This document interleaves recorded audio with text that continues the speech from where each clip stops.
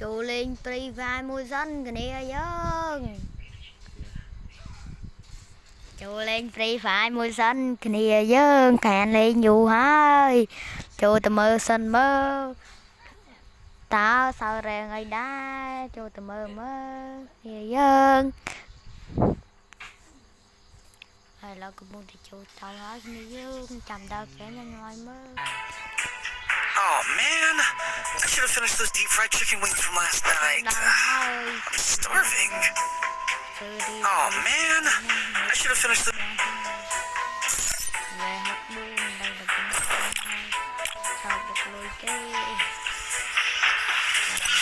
Oh man, I should have finished those deep fried chicken wings from last night.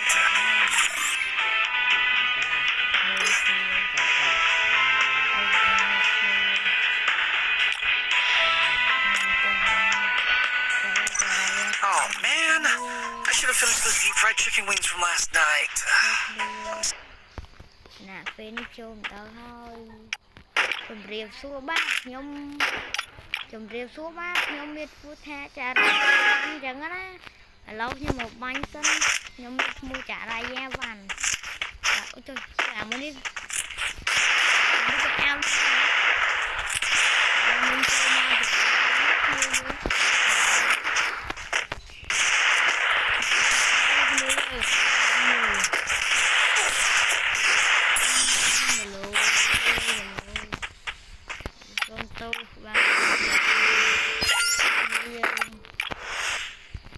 Mới tên anh bánh nha cái này đó nói đi đó đấy bạch bạc tạch bị bạc thêm bạch bạc bên tình lơ mà chấm cắt bên bên tình chẳng chịu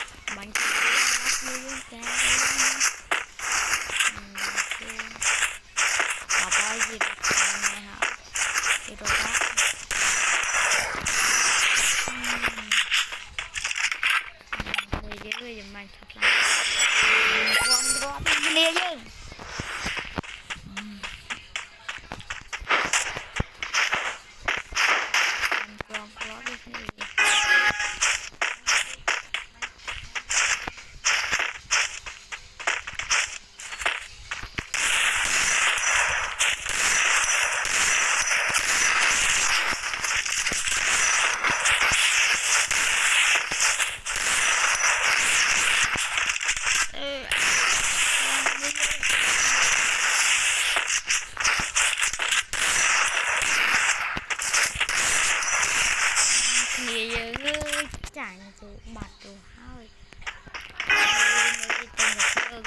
một cái tên được lên dùng thì bằng việc một việc nó biết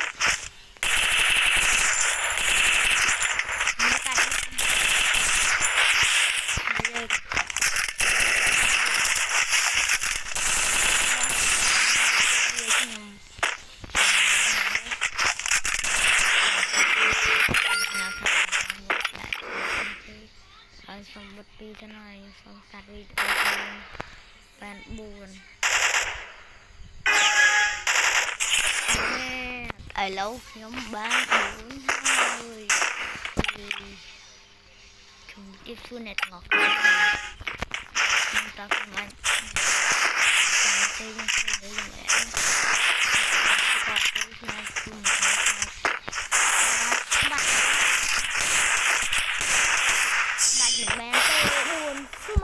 tao mơ nè cái gì nè cái nè mình chưa con là khi giờ sao tôi cái chụp bắt ê cho nên tập mà chơi đi cho thôi tờ bạn chỉ là khi là tiếp còn dương từ tụi bạn chơi ông y chơi y mà chơi giờ phải ra ghế bây giờ thì lên học bài lên